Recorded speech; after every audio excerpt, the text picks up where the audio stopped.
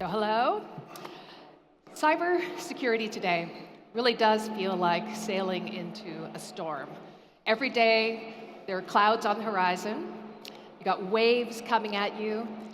And when my friend and former colleague Rich and I worked at the CIA, we didn't have the luxury of waiting for calmer seas. We had to build resilience under pressure. So that's what we're going to talk about today. It's my pleasure to be here with my friend and former colleague, Rich Baich, who's currently CISO at AT&T.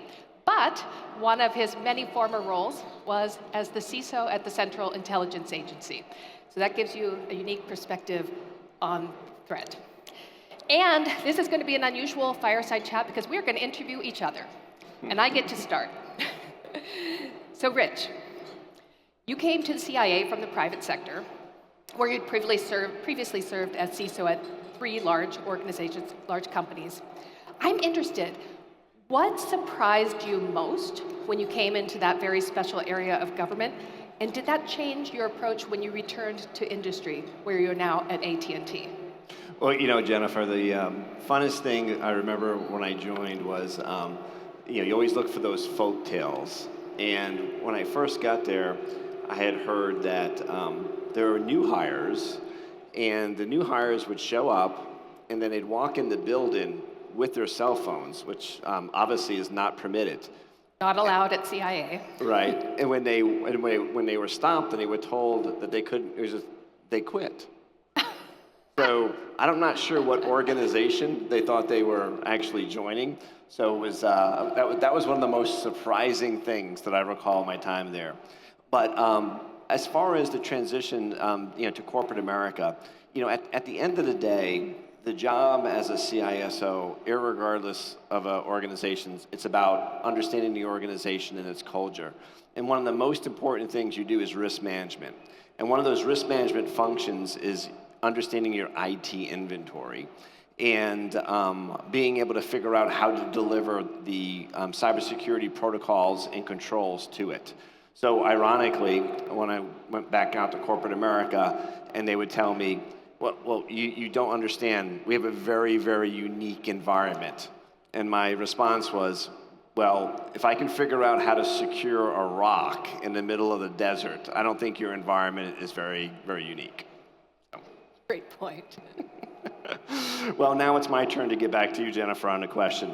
So you were leading innovation at the CIA, and that is not easy in an environment that is highly geared towards innovation. How did you drive the change in the organization that has such a critical point because it's a no-fail mission concept? No, I appreciate the question, and I'm glad you mentioned no fail, because I think this is perhaps one of the most interesting aspects of working in a unique organization like the CIA, and there are others around the world. It is a no-fail mission. So while you're trying to drive innovation and change, you also have to maintain operations 100% of the time, 24/7, zero tolerance for outages and failure. And so a couple things were really important. One, it really relies on trust and a focus on the mission. And you had to build credibility, which I think you saw when you joined. You had to be able to deliver incremental changes positively and show people that you could do it in order to build the trust and advance your mission. But one important thing, and I think this is really something I've seen a lot in industry since I left government last year, is you really have to focus on your threat landscape. You have to understand your adversary.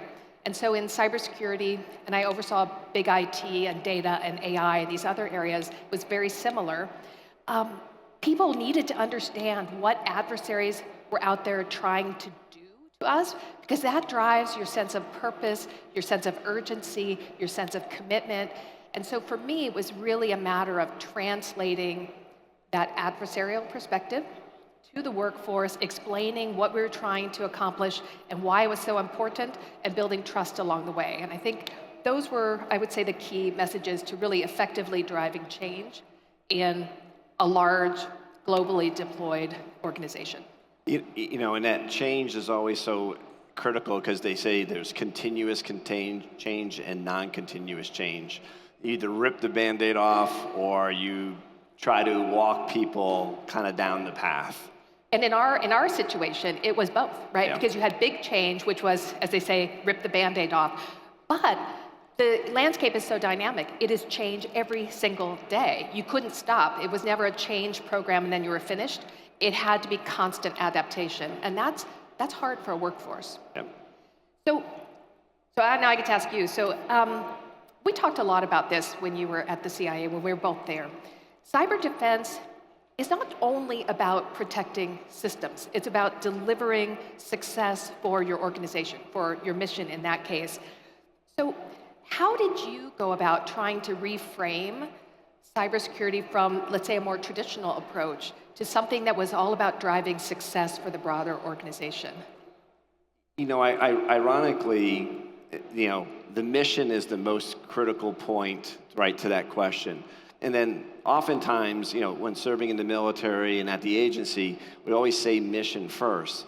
But in the business world, it's still the translation of how do you enable the business. And so it was about how do we enable the mission.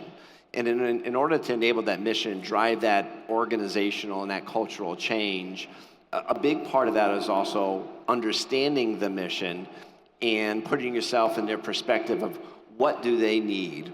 So we drove the workforce to think differently and think about it in this aspect. Know it, get it, and use it. Very simply put. Very simple, but it's hard to do. Very hard to do. Don't collect information, don't do things if you're not going to necessarily use it. And if you're going to use it, who's the audience that needs it, and what's the refresh time and the cycle time? So speed was always really, really important to it when it comes to the mission perspective. And then the transparency. You know, a bunch of, we'll call it overzealous individuals that work at the agency who basically don't like to lose. Well, when you can figure out Losing is not an option. Yes. When you figure out how to do gamification, and suddenly you have dashboards with people's names based on their ability to achieve certain levels of security, it's amazing what behavior can be driven by public transparency. Yeah, you're absolutely right. Everyone in that organization was a little competitive, so it was really smart to tap into that. Well, you know, and Jennifer, when we talk about offense and defense sometimes, and you were kind of leading the effort to try to bring those together because in silos you lose a lot of power. So you often talked about integrating those offensive insights into defense without really going into really sensitive details. How do you think about fusing those two from your experience and your perspectives? Yeah, it's a good observation, and it's something that I've advised a lot of companies on since I left government in 2024. So I came to this digital tech role from a different background, from the background of working around the world with foreign partners to collect information. And what I took from that experience is that you really have to understand what your adversary out there is trying to do to undermine your organization. And I may be wrong, but I cannot think of an organization anywhere in the world that may be as heavily targeted as the CIA. And so understanding what that adversary out there is trying to do was really critical. So it seemed to me that bringing those who do collection, cyber collection, and those who defend, bringing them together would be very powerful. And in fact, it was. It really was transformational, in my opinion. And so to the extent that we actually were putting people across those silos into key roles.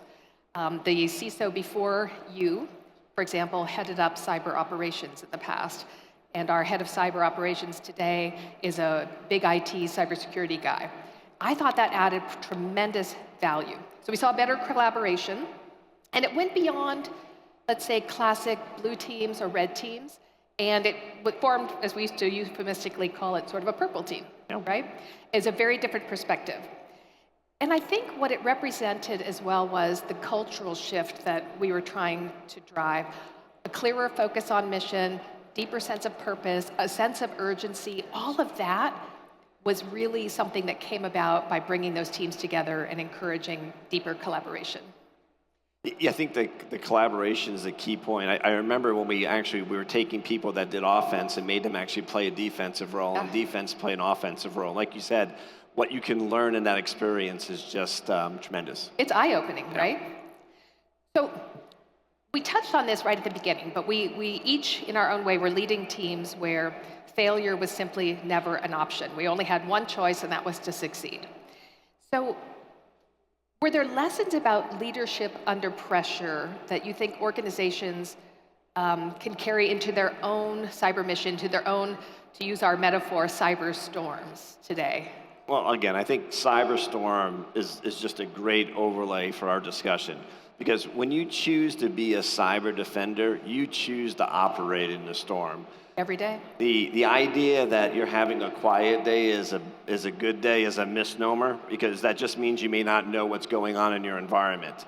So, I think the biggest thing from a leadership perspective, going to what you just said about offense and defense, was really moving and using attack simulation to demonstrate whether or not your controls work, or how to deal with hypothetical threat scenarios that come in. So through the use of attack simulation, we were able to broaden people's horizons. We were able to take offense, make them defense in the simulation, causing a purple environment, and building those relationships among those individuals allowed us to have them think differently and act differently, and ultimately, I think, made the team that much stronger. Yeah, if I may add one point, I think you were so powerful in driving that transformation toward attack simulation. Attack simulation informed by what you understand of your most capable adversaries who are out there. What can they do? What do they have the resources to do? What do they want to do? And how would they do it? And I think that was critical in making that a productive effort. So bravo to you. Thanks. So let's talk about bridging the two worlds, Jennifer. So recently, you've left government for board and consulting roles in the private sector. What's your take on how these two communities can learn from each other when you're preparing for that inevitable kind of disruption? It's a good question. Now, I don't know how it is in other countries, but in the United States, there are stereotypes. Government is slow and bureaucratic. Industry is fast and reckless. And neither stereotype is true. Both have tremendous strengths. So in government, what I saw was there's tremendous discipline. There's mission clarity. You know what your job is, and you're going to pursue it relentlessly. And there's a real advantage to operating under extraordinary pressure all the time. That's a tremendous advantage. And in industry, what I'm seeing, and what of course I knew before I transitioned out, was speed, creativity, and really an instinct almost for continual innovation. So what I've seen and what I try to bring to my roles is that when you can bridge those two worlds, you have something that is unmatchable in its power and effectiveness. If you can have government learning to be more agile and innovative, and you have industry learning the value of really having that clear sense of purpose and a sense of urgency, that is a really powerful combination. And back to my earlier comment about adversary, substitute the word competitor. What your key competitor wants to do, can do, and will do, having that perspective, which honestly came from government, is also tremendously powerful. I think the last thing, very quickly, I'll mention is that in both roles, what I've seen is that resilience is, it's really dependent on partnerships. It might be partnerships within your organization, partnerships across businesses, between government and business, between government and allies around the world. And where organizations can really emphasize the value of those partnerships, I think they derive tremendous value. There's no doubt that through collaboration and partnerships, there's always going to be more power in that sharing being so critical. But also obviously all these advancements of technologies coming into place. Not everybody can know everything, so you gotta lean towards those strengths and that knowledge. Yeah. So Rich, I'm really excited for your talk later today, where you're discussing this nexus of AI and cybersecurity. We're all thinking about it all the time, so I'll be delighted to hear what you're saying. But as we know, adversaries are leveraging AI today to move at machine speed. And there was a pivotal report from Anthropic a few weeks ago that I think probably everyone has seen today about agentic AI and cyber offense. So I'm wondering, what strategies or mindsets do you think can help organizations stay agile and adaptive while everything is changing so fast? So first and foremost, it's still risk management. At the end of the day, AI is a huge enabler to mission, to business, and as cyber defenders, we need to grasp that, and we need to grow it, and we need to make it so that we can understand the risk that's associated with it. So a lot of the tenets that we do today translate over to AI. The one area of great concern right now is speed. The adversary's use of AI is reducing that time frame, and they have the upper hand with speed. So if we don't start utilizing AI to counter that, we will fall behind. But like you said, we'll get into more detail later this afternoon. Yeah. I used to say when we worked together that I used to get questions a lot about whether AI would be autonomous in government. And I used to say, no, there would be no autonomous decision making except in defense on cyber to close the gate, raise the drawbridge, stop an attack, and then bring in humans. And getting that right is going to be really critical, in my opinion. I agree, and what a great lead-in for my next question I wanted to ask you, which is, listen, we live in this chaos world, and we think about cybersecurity and the world is ending. Despite all the challenges, what gives you the most optimism about the future of cybersecurity? You know, it's a great question because it can be a lot of doom and gloom, right? You hear a lot about threats, but I am actually really optimistic because what I see is a real cultural change in the cybersecurity community.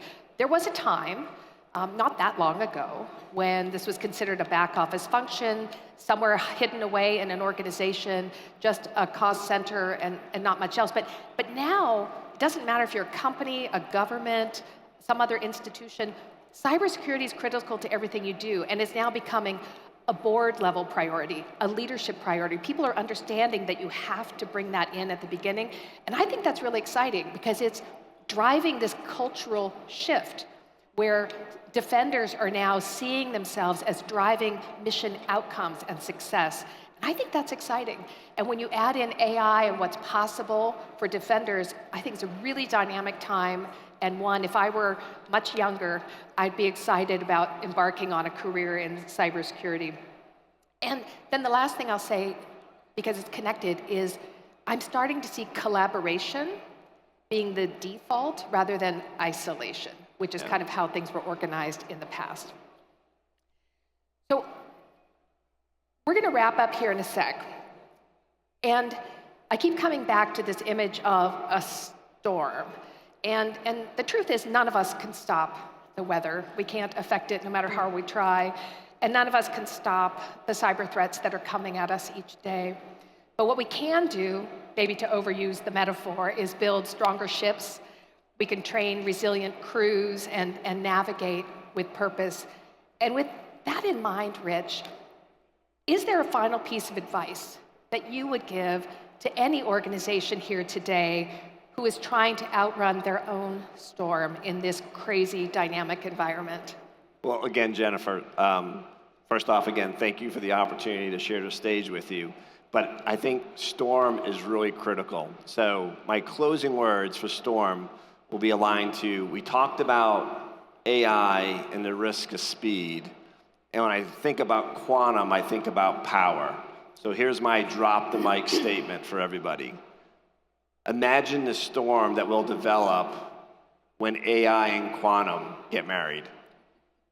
So. Yes, well, I wanted to leave on optimism, but that will be challenging. But I am optimistic about our ability to tackle that challenge and to navigate that storm.